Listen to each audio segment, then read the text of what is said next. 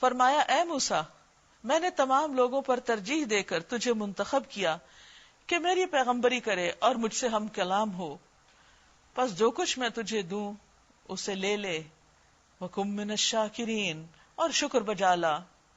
اس کے بعد ہم نے موسیٰ علیہ السلام کو ہر شعبہ زندگی کے متعلق نصیحت اور ہر پہلو کے متعلق واضح ہدایت تختیوں پر لکھ کر دے دی۔ کہتے ہیں کہ یہ پتھر کی سلیں تھی جن کے اوپر تورات لکھی ہوئی تھی، اور اس سے کہا ان ہدایات کو مضبوط ہاتھوں سے سنبھال اور اپنی قوم کو حکم دے کہ ان کے بہتر مفہوم کی پیروی کریں، یعنی ان ہدایات کا سیدھا سادہ جو مفہوم ہے اس کو لیں اور ان پر عمل کریں، بلا وجہ کی تعویلیں کر کے ان احکامات سے پہلو تہی نہ کریں۔ ان قریب میں تمہیں فاسقوں کے گھر دکھاؤں گا، یعنی کھنڈرات میں تم دیکھو گے کہ کس طرح اللہ کے نافرمانوں کا کیسا انجام ہوا، بربادی کی شکل میں۔ میں اپنی نشانیوں سے ان لوگوں کی نگاہیں پھیر دوں گا جو بغیر کسی حق کے زمین میں بڑے بنتے ہیں، یعنی پھر ان کو عبرت کے نشان نظر نہیں آتے۔ وہ خواہ کوئی نشانی دیکھ لیں کبھی اس پر ایمان نہ لائیں گے، اگر سیدھا راستہ ان کے سامنے آئے تو اسے اختیار نہ کریں گے، اور اگر ٹیڑھا راستہ نظر آئے تو اس پر چل پڑیں گے، اس لیے کہ انہوں نے ہماری نشانیوں کو جھٹلایا اور ان سے بے پرواہی کرتے رہے۔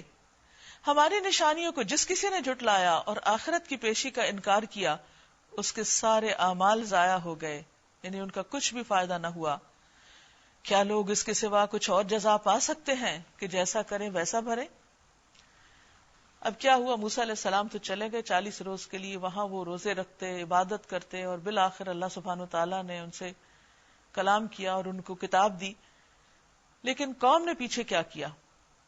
موسیٰ علیہ السلام کے پیچھے اس کی قوم کے لوگوں نے اپنے زیوروں سے ایک بچڑے کا پتلا بنا لیا جس میں سے بیل کی سی آواز نکلتی تھی۔ کیا انہیں نظر نہ آتا تھا کہ وہ نہ ان سے بولتا ہے، نہ کسی معاملے میں ان کی رہنمائی کرتا ہے؟ پھر کیسے خدا ہو سکتا ہے؟ کیسے ان کا الہ ہو سکتا ہے؟ مگر پھر بھی انہوں نے اسے معبود بنا لیا، اور وہ سخت ظالم تھے۔ پھر جب ان کی فریب خوردگی کا طلسم ٹوٹ گیا اور انہوں نے دیکھ لیا کہ در حقیقت وہ گمراہ ہو گئے ہیں، تو کہنے لگے اگر ہمارے رب نے ہم پر رحم نہ فرمایا اور ہم سے درگزر نہ کیا تو یقیناً ہم برباد ہو جائیں گے۔